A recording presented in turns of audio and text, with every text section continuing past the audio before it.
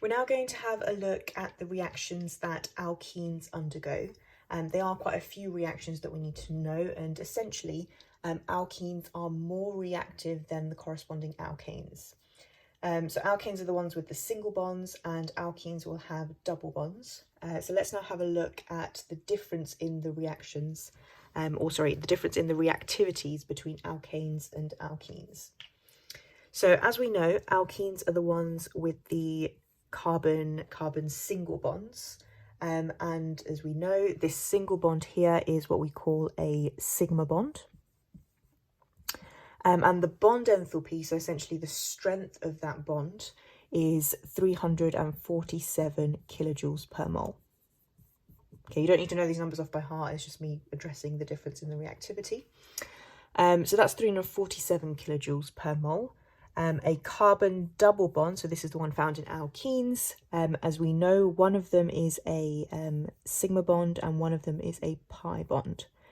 So this is made up of a sigma and pi bond. And the strength of this is 612 kilojoules per mole. So that's the bond enthalpy of a carbon double bonded to another carbon. So based on that, if this one here is just a sigma bond, this one here is a sigma and a pi bond, mathematically we can then work out what the bond enthalpy of a pi bond is.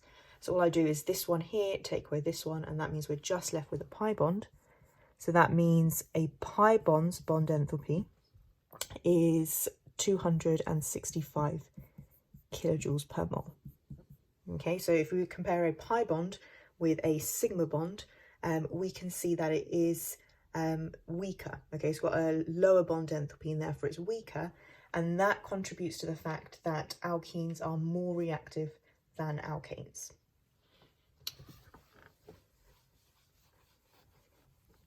Right, I'm just going to quickly summarize what reactions alkenes undergo. So there are 5 reactions that alkenes undergo. The first one is hydrogenation. Okay, and just by looking at that word, it tells us that we're going to be reacting with hydrogen. The next one is hydration. If we hydrate something, that means we react it with water. The next one is halogenation. So if we're doing the halogenation of something, we're reacting with a halogen. The next one is reacting it with a hydrogen halide. Okay.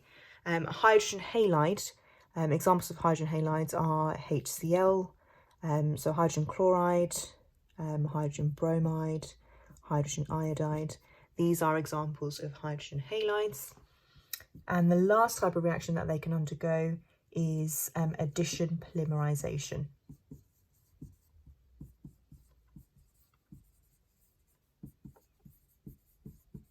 Okay, so 5 reactions they undergo. The first 4 start with H, so if that helps you remember it, and the last one is addition polymerization.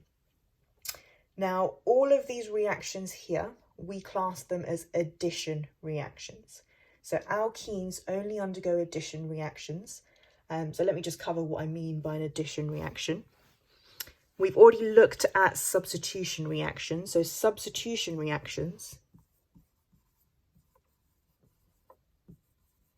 are the ones where we start off with 2 reactants and we make 2 products. Okay, so that is the general kind of way of identifying a substitution reaction.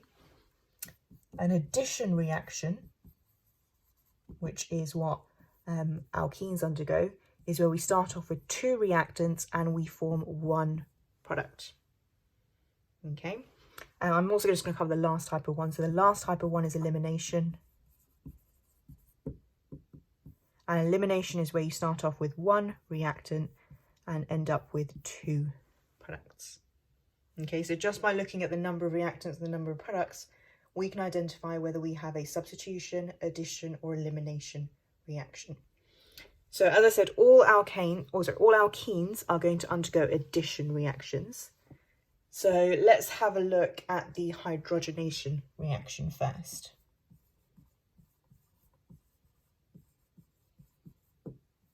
Okay, so as I said, if we're doing the hydrogenation of something, we're reacting it with hydrogen. So I'm just going to get the simplest alkene, which is our ethene. Okay, if I'm doing the hydrogenation reaction, I react it with hydrogen gas. Okay, and we have to form one product. Okay, because as I said, addition is two reactants to one product.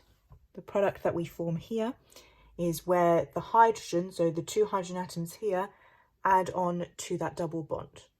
Okay, so the double bond breaks and we have single bonds between the carbons.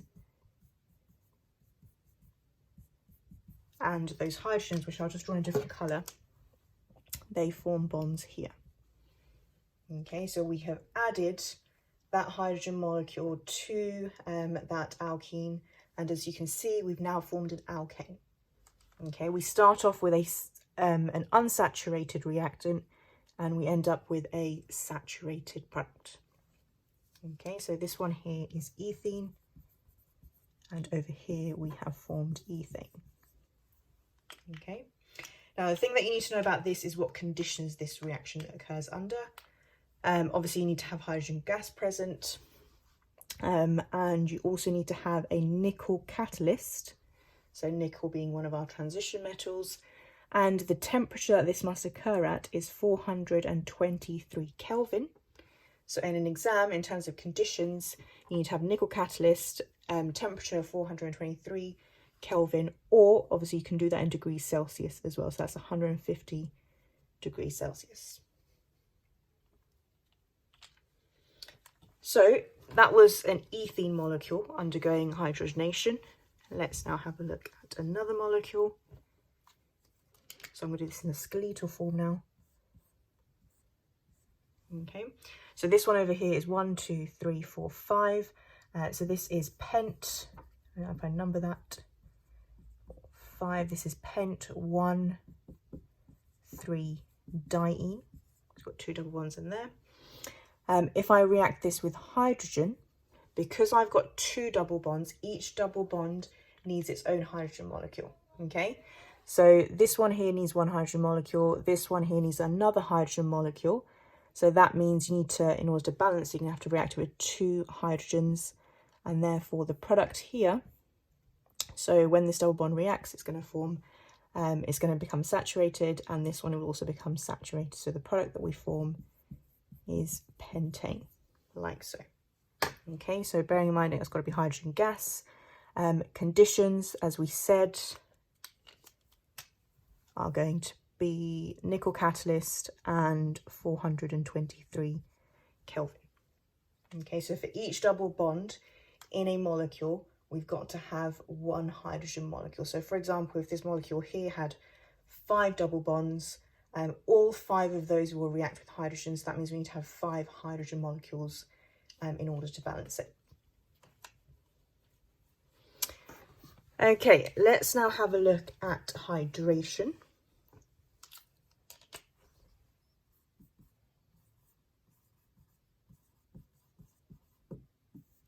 So whenever we do a hydration reaction, if you hydrate something, you react it with water. So this is now the reaction of our alkenes with water. Okay, so I'm going to stick to my ethene.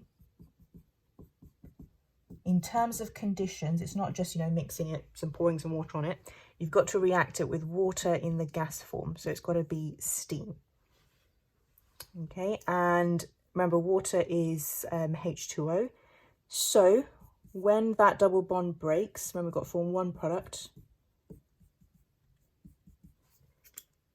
we have to add that H2O across that double bond.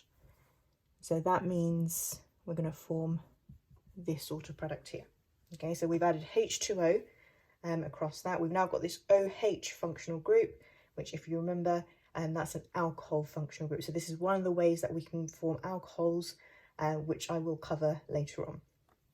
Okay, so over here, we start off with ethene. And over here, this product here, don't worry if you don't know about naming this yet, this is called ethanol, so it's a type of alcohol. Okay, so in terms of conditions, we've got to have it react with steam. You've got to say that specifically, so either H2O gas or steam. And we also need to have phosphoric acid present. So phosphoric acid, which is H3PO4, is going to act as the catalyst in this reaction. That's why I'm writing it with the arrow. Also worth bearing in mind, so with ethene, it's pretty straightforward.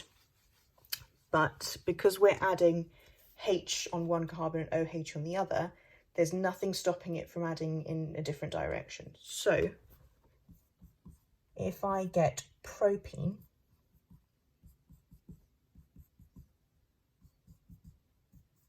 which is this molecule here, propene, and if I do the hydration reaction for this, so again, we need to have phosphoric acid. Okay, so there's two ways or two products that we can form. Let's draw the current hydrogens in. So remember, we've got to add H on one carbon and OH on the other. So one possible thing that can happen is that the H bonds to the middle carbon and the OH to that first carbon. Okay, or we could form this.